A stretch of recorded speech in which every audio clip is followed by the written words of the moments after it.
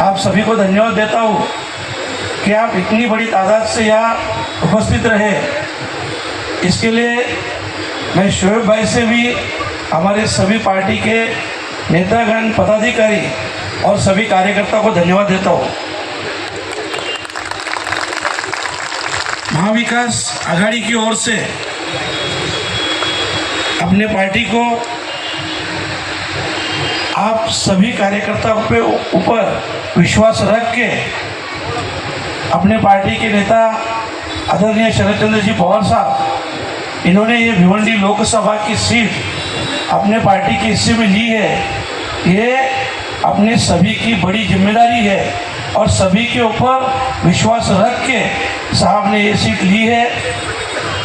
बहुत से मुद्दे शोएब भाई ने उठाए। भिवंडी में टोरंटो का तो सबसे बड़ा मसला है, क्योंकि हमारे भिवंडी में 60% गरीब लोग रहते हैं, 30-35% मिडिल क्लास रहते हैं और 2-5% ही जिसको हम अमीर बोल सकते हैं, पर बहुत बड़े नहीं बोल सकते, पर अमीर है। तो ऐसी स्थिति में हमारे जो 60% 90% लोग हैं, जो महीने के 10-12 हज़ार पगार लेते हैं और उस पगार में घर परिवार संभालना है, बच्चों को पढ़ाना है, हेल्थ के इश्यू है, और ये सभी के लेके टोरंटो का बिल कम से कम 1000, 2000, 3000 आता है। तो ये स्थिति में बहुत ही स्थिति खराब है। और ख़ास करके हमारे आईजीएम हॉस्पिटल जो आपने देखा होगा, जिसको जिला रुग्णालय होना बहुत ज़रूरी है, क्योंकि हमारी लोक संख्या देखी तो बहुत पहले होना चाहिए था, पर यहाँ के खासदार की उदासीनता है। वो बोलते तो है 35,000 करोड़ का काम किया, क्योंकि वो उनके टक्केवारी के हिसाब से बोलते रहेंगे। वो टक्केवारी के खासदार है। और अगर दिखाए कि 35,000 का काम कहाँ हुआ, 35,000 करोड़ का, तो हम मान जाएंगे।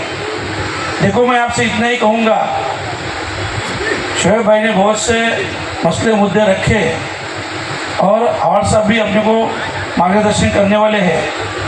मैं आपसे यही कहूँगा कि जिसने 10 साल इस लोकसभा का नेतृत्व किया, वो खासदार 10 साल में उसके अधिकार को समझ नहीं पाया, उसके काम को समझ नहीं पाया कि उसके अंडर में क्या क्या काम आता है। इसके लिए वो सबसे फेल खासदार है। और मैं आपको यही बात कहूँगा कि देखो, ये जो लड़ाई है ना, ये भ्रष्टाचार के खिलाफ लड़ाई है, ये महंगाई के खिलाफ लड़ाई है। और ख़ास करके आप देख रहे हो, अपन जब भी किसी बीजेपी के लीडर से पूछो, भाई इतनी महंगाई हुई, तो वो बोलेंगे अरे 370 हटाया, अरे इतना भ्रष्टाचार हो रहा है, वो बोले अरे राम मंदिर बनाया। अरे हम लोग पूछते हैं, भाई आपने क्या किया? आपने 2 करोड़ रोजगार वादा किया था, उसका क्या हुआ? सिर्फ और सिर्फ 10 साल से आज तक धर्म के नाम पे ये लोग वोट मांग रहे हैं। आज अपने सबके सामने कायदा कानून कुछ बचा है क्या? आप देख रहे हो, ईडी, सीबीआई किसी के ऊपर, मतलब ऐसा किसी को नहीं छोड़ा है। अपने आवाड़ साहब है, उनके ऊपर तो ऐसा केसेस दर्ज किया, अब सोच भी नहीं सकते। इतनी घिनौनी हरकत, मतलब ये लोग संविधान रखना नहीं चाहते हैं, ये लोग सिर्फ और सिर्फ हुकुमशाही लाना चाहते हैं। मैं आपको सभी को इतनी रिक्वेस्ट करूंगा, देखो ये 2024 का इलेक्शन है। अगर इंडिया आघाड़ी जीती तो 2029 के इलेक्शन हो जाएंगे, नहीं तो इतना भूल जाओ आप, अभी नहीं तो कभी नहीं। ये सबसे बड़ी बात है। और हमको ये इलेक्शन सिर्फ अपने लिए नहीं लड़ना है, अपने आने वाली पीढ़ी के लिए, अपने बाल बच्चों के लिए लड़ना है। क्योंकि देखो, हम अपने आप को बचा रहे, हम भिवंडी को बचा रहे, हम महाराष्ट्र को बचा रहे, और हमको देश को बचाना है। और देश को बचाना है तो इंडिया गठबंधन को ही लाना है। इतना ध्यान में रखो आप सब। और मैं यही रिक्वेस्ट करूंगा, देखो बहुत बड़ी तादाद से आप उपस्थित हो, उपस्थिति वोटिंग के दिन वोट दे के अपने को दिखाना है, क्योंकि अपन भिवंडी से जितना परसेंटेज बढ़ाएंगे उतना, देखो अभी आपको मालूम है सामने वाले कुछ नहीं करेंगे, सिर्फ और सिर्फ पैसे का नाटक कर रहे हैं। दूसरी बात, ऐसे हमारे बहुत से भाई लोग के ऊपर मतलब बोलने को भी अच्छा नहीं लगता है, पर यहाँ के म्यूनिसिपल के ऑफिसर, यहाँ के पुलिस ऑफिसर बुला बुला के सबको धमकी दे रही है, धमकी दे रहे हैं। ये अच्छी बात नहीं है। इसके लिए मैं सबको आपको रिक्वेस्ट करता हूँ कि ये सब बात इससे पहले 2014 से पहले ऐसा कभी नहीं देखा था, क्योंकि मैं भी शिवसेना में था।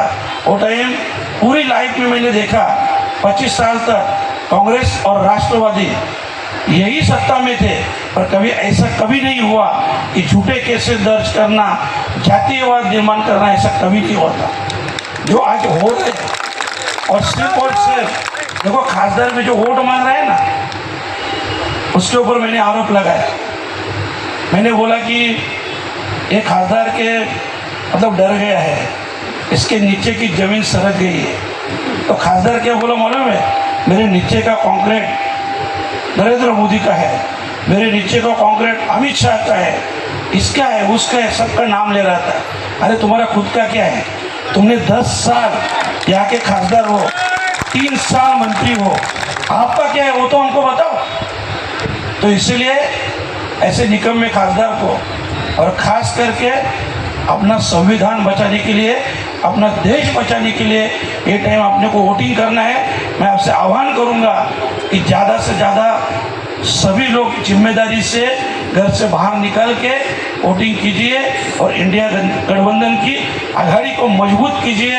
यही मैं आपसे रिक्वेस्ट करता हूँ, रजा लेता हूँ। धन्यवाद। जय हिंद, जय महाराष्ट्र, जय राष्ट्रपति।